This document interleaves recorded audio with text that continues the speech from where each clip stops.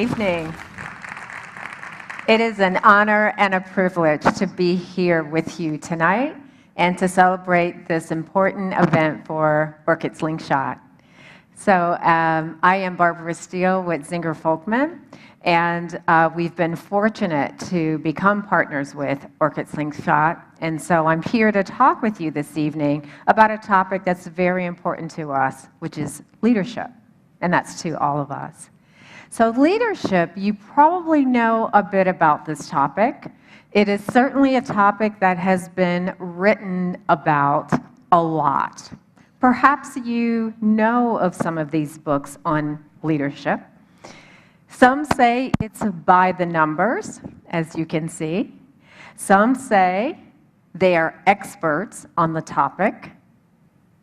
It's an art. It's a science, it's spiritual. It's kind of a secret, sort of. It's centered on something, it seems.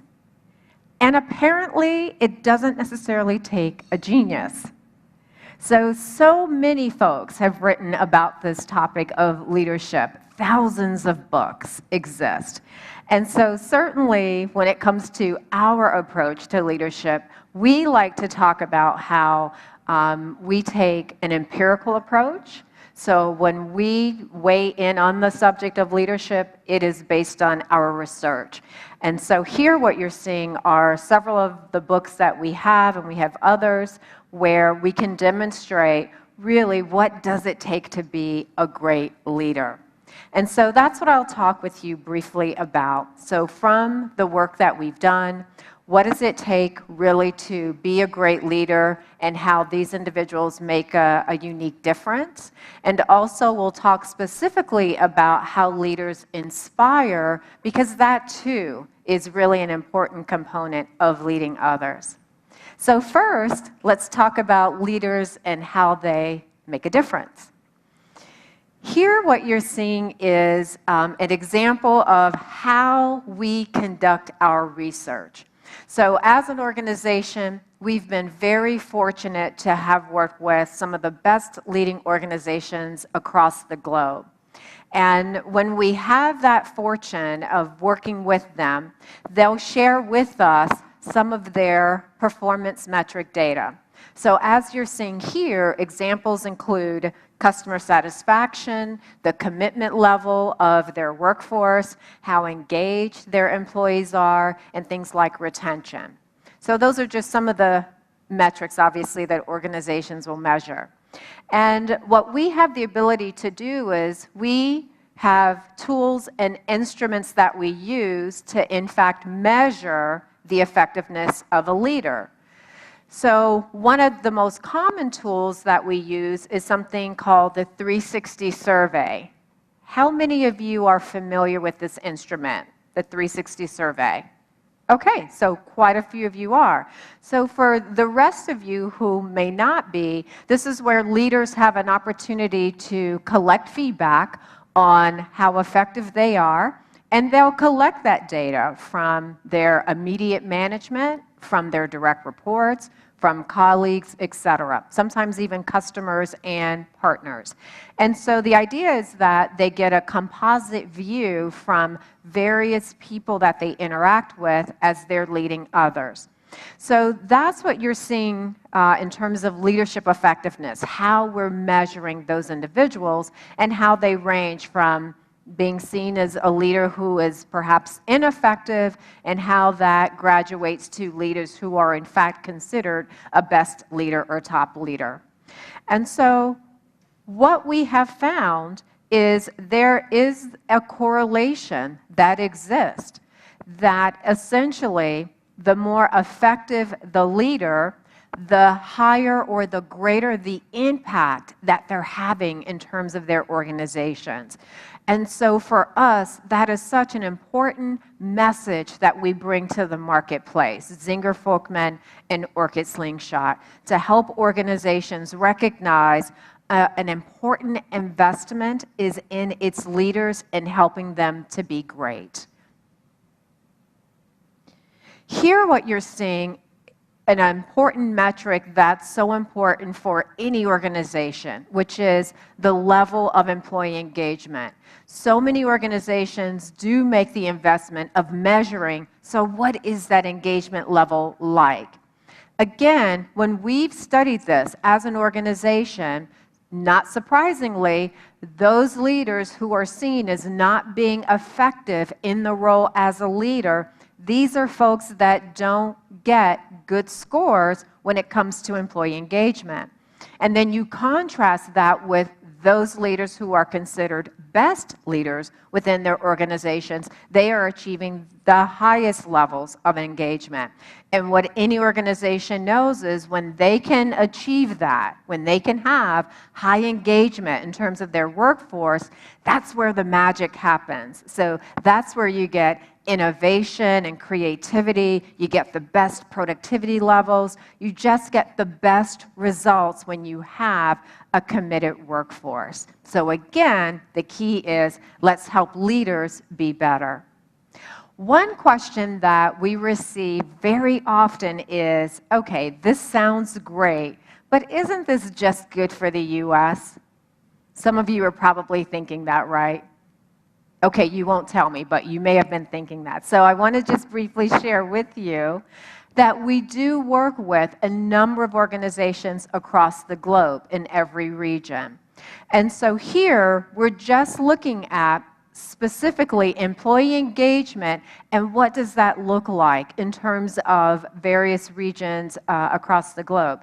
So on top, you can see it's Latin America. It seems that, from assessing their leaders in terms of this process, that they're getting the highest in terms of employee engagement. But as you look at, how the other regions come in, it's not as though the variance is dramatic or huge. I mean, it's still pretty narrow. But still, the message is such an important opportunity for leaders to be great, to achieve high engagement. So that's what we know about leaders making a difference. Now the question is, how do they do it? So how do these leaders actually become great? Again, something that we've studied extensively, and so let me show you a little bit of the work that we've done. Usually, when it comes to thinking about how should leaders improve, the traditional approach is, let's focus on a weakness. And so what do we mean by that? Anytime a leader gets feedback, whether it's part of their performance management system, it could be, again, from a tool like a 360 or any other source of feedback that comes to them, it's quite customary for them to understand not only what they did well, but they also look at, so where didn't they score so high? And usually that's where they focus. So they focus on those lower ratings, and that's where they put all of their energy. And so what we have found from doing our research is not that that's wrong necessarily. We're just saying there's actually a more effective strategy to help leaders become great, become more effective. So here's an example of that. Here we're seeing, let's say this represents a leader who's gotten some feedback. And pretty much what we would say it's representing average effectiveness because the scores are pretty consistent when you look down the page. And so the real question is, if a leader actually focuses on a couple of these ratings where they've been seen as not being the most effective, how will that overall help them impact their effectiveness?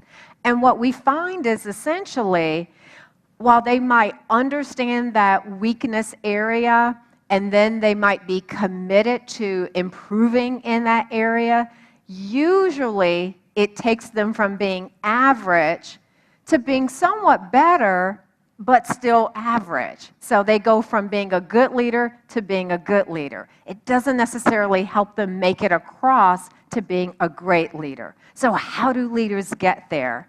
We have found from doing our research, the best way to help leaders get there is to focus on their strengths. Because usually when a leader focuses on their strengths, they have a lot of passion around it. It's something that they obviously do well, and so it's more efficient to help them use those strengths to help them become great. Here's just an example to validate our research and how we've been able to demonstrate this to be true. So what you're seeing here is when we've done this comparison of leaders, taking a look at, so what's the difference when you have a group of leaders focus on their weaknesses and compare them to leaders that actually focus on their strengths? So is there a substantial difference? What do you say? There is a bit of a difference there, isn't it? Now, the really good news is when leaders focus on their development, everybody improves. So that's the really good news. But when you look at those leaders that actually are focusing on their strengths, I mean, they practically doubled in terms of raising their overall effectiveness as leaders. So strengths is the way to go in helping leaders become more effective and essentially to become great. So now what we'll take a look at, what competencies then really matter when it comes to great leadership? This too is something that we found in terms of doing our research. So let's briefly look at this. So as you know, there are hundreds of leadership competencies and skills and behaviors that leaders utilize when they're carrying out their day-to-day responsibilities. But we actually pored over the research, and we did so for several years, and were able to establish these competencies that you see here are the ones that really separate the best leaders from everyone else. So these are the competencies that when we work with organizations, we're helping them raise their effectiveness in these areas that you see shown here. Here's a specific study where often we have been asked as an organization, you have a list of these 16 differentiating competencies. Helpful to know, these are the ones that are important in terms of leaders being great. But if you just had to choose one, just one of these where leaders can have the biggest impact and make the most significant difference, which one would it be? So we studied that, and here's what we found. Of the list, the number one competency for every leader is to be more inspiring and to motivate others to high performance. So that's the competency. If you weren't sure as a leader what you wanted to focus on for your own development, you can't go wrong by being more inspiring and motivating others to high performance. Now, when you look at this list, and we've identified this competency is the most important, how do leaders fare overall in terms of effectiveness? So, inspiring, motivating, interestingly enough, out of 16, it's number 16. So here we have a competency that's most important for any leader to focus on, and yet of all the competencies, it comes in last place. Now, that doesn't necessarily mean this is something that leaders are terrible at, because if you can see the number, the rating is 3.7 out of a 5-point scale. So that's not a low score by any means, but what it does suggest is that for any leader, there's a real opportunity to be more inspiring. So then that begs the question, how do you do it? How is it that leaders then can go about being more inspiring? Are you interested in knowing? Okay, 2 of you are interested in knowing. All right, well, I'll tell everyone this good news and how to do it. So the customary competency that leaders are very comfortable with is something we refer to as the push, which is synonymous with getting the results. Now, usually for a leader in any organization, they're held accountable for performance, and something that they have to do is they have to be able to deliver results to the organization, because after all, every organization needs to be successful in what it does. And so getting the results is an important way to get there. So pushing is very important. So now when we talk about contrasting that with pulling, or this competency of inspires and motivates, this is a competency that leaders aren't as familiar with. So how do you do it? How does one actually be more inspiring and motivating?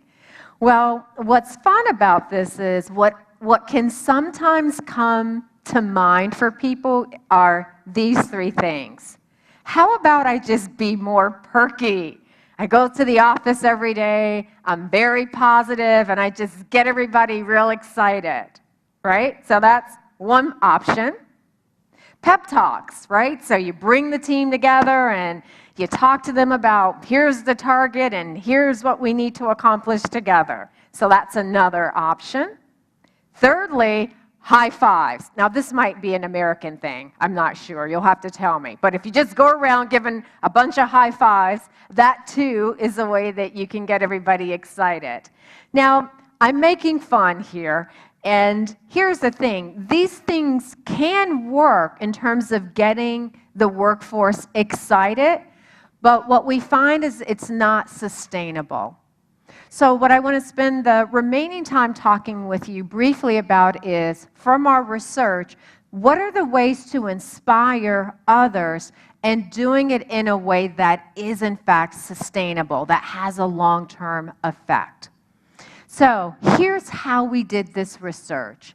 We looked specifically at 1,000 leaders, and I didn't mention today, I talked about how we work with some of the best organizations across the globe.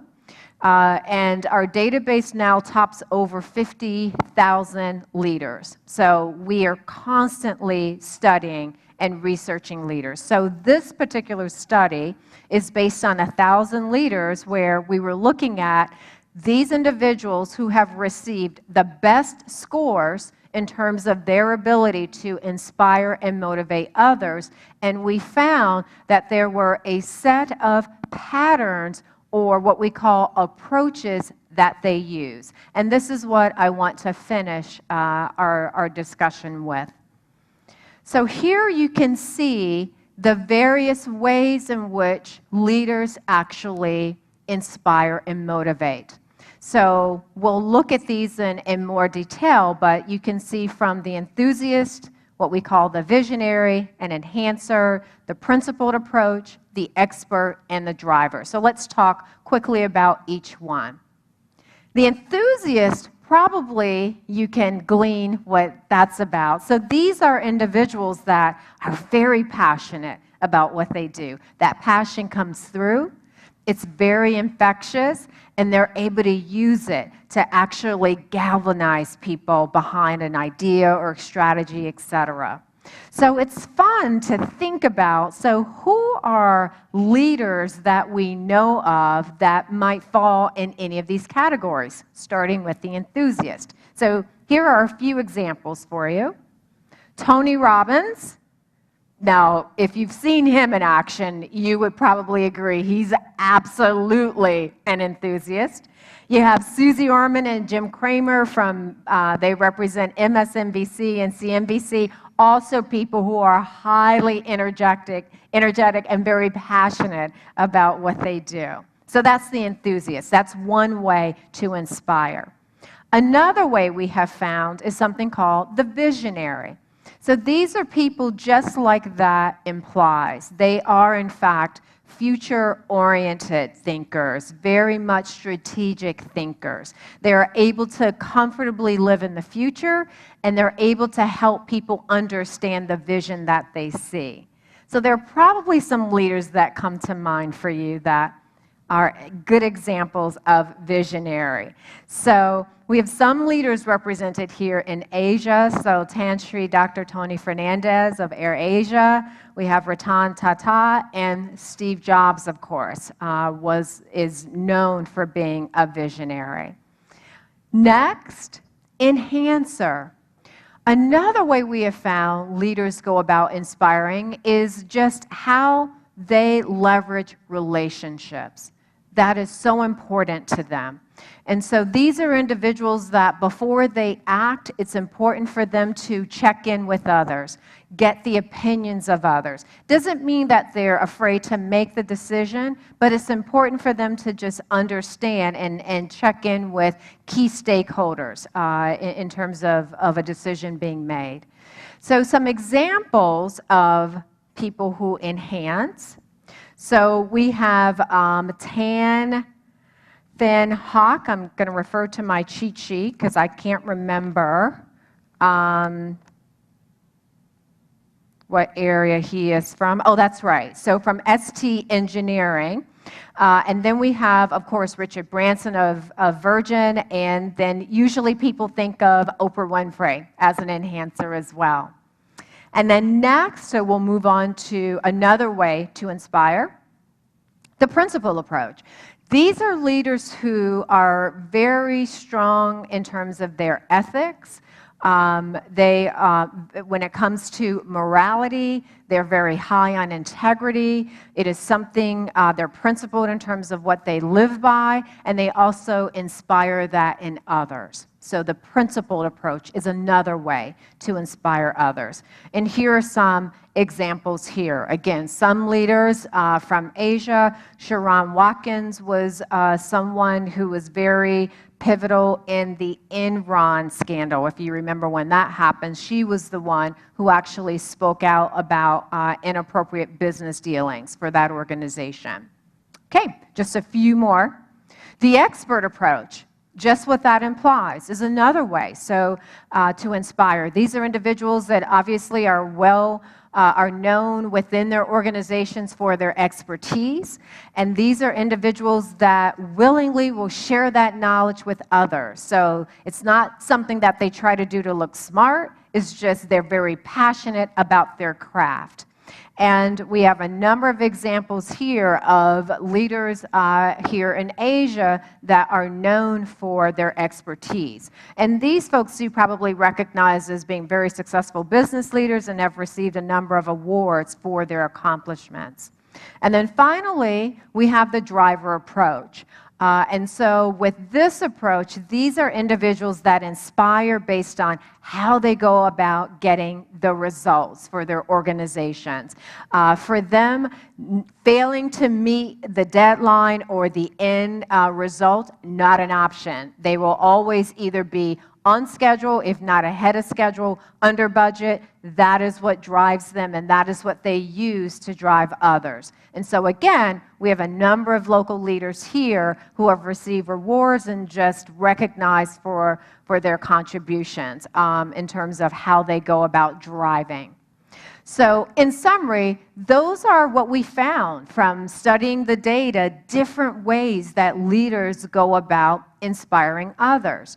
And it'd be interesting to know from you, like, is that how you see yourself? Usually people don't necessarily see themselves as being inspirational.